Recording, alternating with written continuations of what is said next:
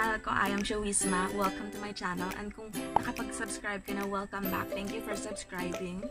And yeah, so this is episode 3 of our series for your eyeshadows only.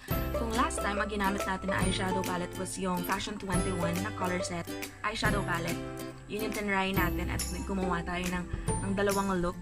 Pang day makeup look at saka yung pang night na makeup look. So, ganun din yung gagawin natin ngayon sa eyeshadow palette na gagamitin natin for this video. Ang tinutukoy kong eyeshadow palette na gagamitin natin sa video na to is yung MORPHE. Ayan. Ang kanyang ano ay 35O. Ayan. 35O. Madaming variations or maraming set itong MORPHE na to. Kasi kung hindi ako nagkakamali, international brand siya. Palette na to nabili ko sa Together We Makeup na Facebook page. Online siya. Parang Cebu based siya na online shop. Tapos, hindi ko alam kung may shop talaga sila sa Cebu, pero yun, nabili ko siya online. Yun nga, sa Together We Makeup na page. I-leave ko lang sa description box o kaya sa comment section yung link ng shop na to.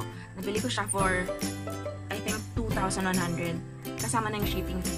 And guys, sobrang bilis ng transaction nila doon. Tapos, 35O yung kinuha ko kasi yung kanyang shades doon talaga is more of browns. Ayun. Pag neutral ka, ganun. Diba? Neutral shades, yung mga gusto mo, ito pwede. Yung sa kanya naman ditong packaging, parang ganyan, hindi ko alam if it's, parang siyang, plastic siya. And then, ang ayoko lang sa palette na to, sa packaging niya, ano siya, yung kumakapit yung fingerprint. So, parang kahit anong linis mo, mukha pa rin siyang dugyot. I don't know if that makes sense, but yeah. Pero, yung loob niya naman is so pigmented. So, ayun. MORPHE ay may 1, 2, 3, 4, 5, 6, 7, 1, 2, 3, 4, 5, 35 shades. Combination na siya ng matte at saka ng shimmer na shades, okay? So, ayun. So, syempre ang ating kaugalian. Let's do the swatches, mga auntie.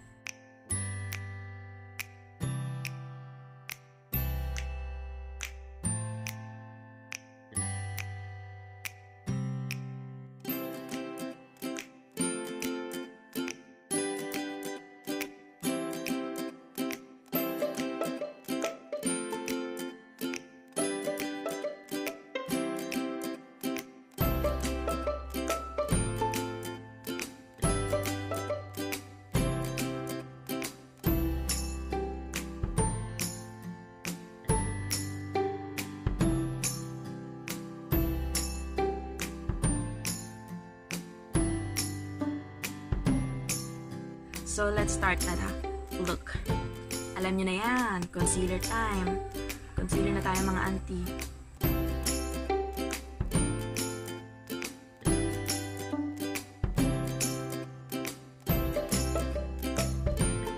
Tapos, iset lang natin para hindi mag-crease. Tapos, nandiyan na rin tayo. Lagyan na natin ng pangsalo. Naman, kailangan talaga lagi may sumasalo. So, ayun na nga. Let's start. Gawa tayo ng simple na makeup look na pang araw or pang everyday. Tapos, gawa rin tayo ng pang night. Okay? So, unahin natin yung para sa day. Kuha ako ng light na shade ng brown. Ito yun. Ito.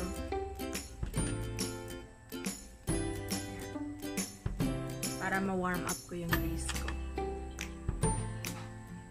Pero may shade din dito sa palette na to na powdery. Hindi lahat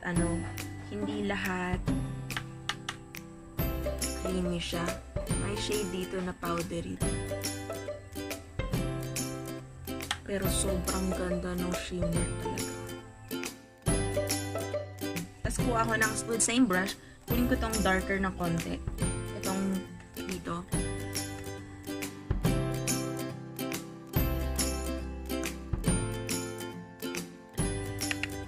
Kung hindi nyo pa napanood yung episode 2 ko na eyeshadow, for your eyeshadows only series ko, i-leave ko lang dyan sa I button. Baka may time kayo, diba? Ayan. Tapos kuha ako ng smaller brush, tapos kuha ako ng,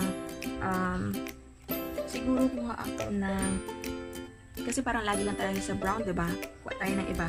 Itong orange na shade na to. Tapos, i-ano na siya sa crease. Tapos, yan. Tapos, i-blend mo siyang pa ganun. Diba?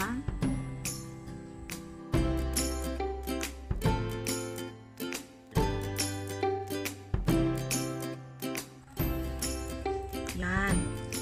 Tapos, lalagyan ko lang siya ng parang itong shimmer na to dito sa lid ko. Ayan o, hindi powder yung shimmer niya. Yung mga matte, may tendency siya na nagpa-powder. Pero, so far wala namang fallout.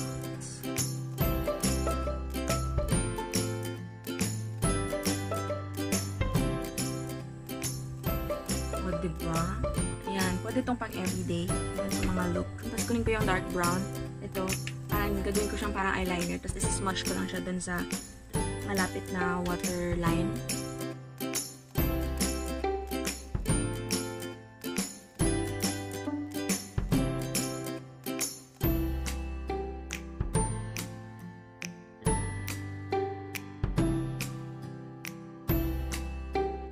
Ayan, diba? And then, linisin natin yung powder. Lagi ko na shimmer ay ito.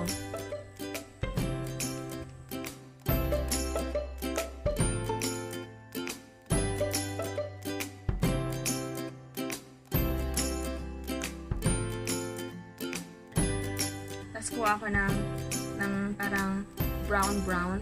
Ito. At saka yung kaninang orange na ginamit ko. Nilalagay ko siya dito para ma-smoke out natin yung eyes natin. I-mix ko silang dalawa.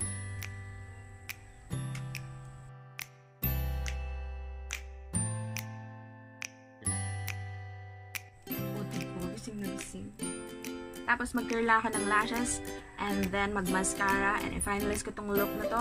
I'll be back.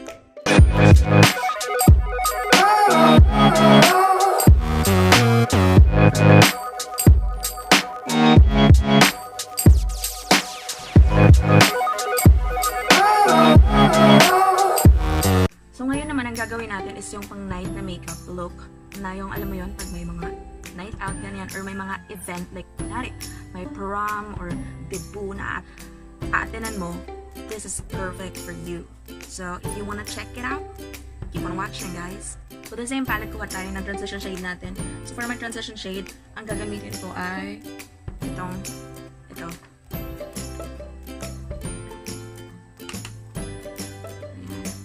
By the way, nakapag concealer na ako at naset ko na yun. Tapos, with the same brush, kuha ako nung itong orange na to. Yan. Tapos, mag-focus ako dun sa crease natin.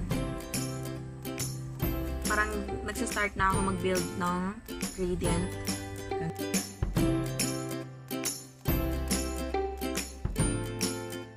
Tapos, smaller brush, kuha tayo ng mas intense, itong reddish na parang red-orange. May brown tone na din. Kita nyo, yung kapit niya sa brush. Sobra-sobra. Tapos, focus tayo sa outer V, kasi panggabi yung makeup natin, so kailangan medyo madrama ang itsura.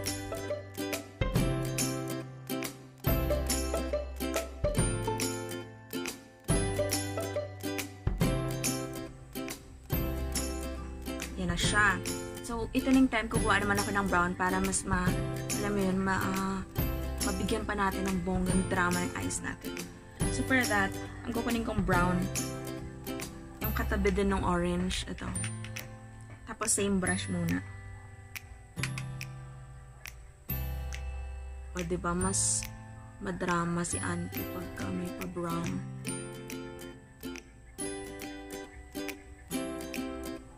Diba? Compare dito sa isa. Mas define yung kabila.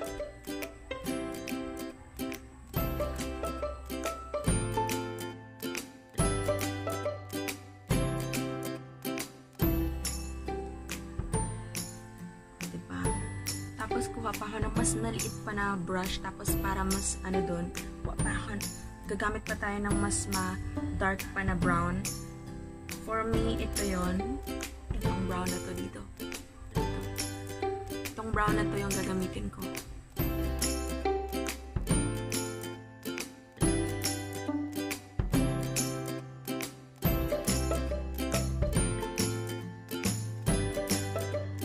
Tapos na tayo sa eyeshadow. Ipa-finalize ko lang itong look na to and I'll be back.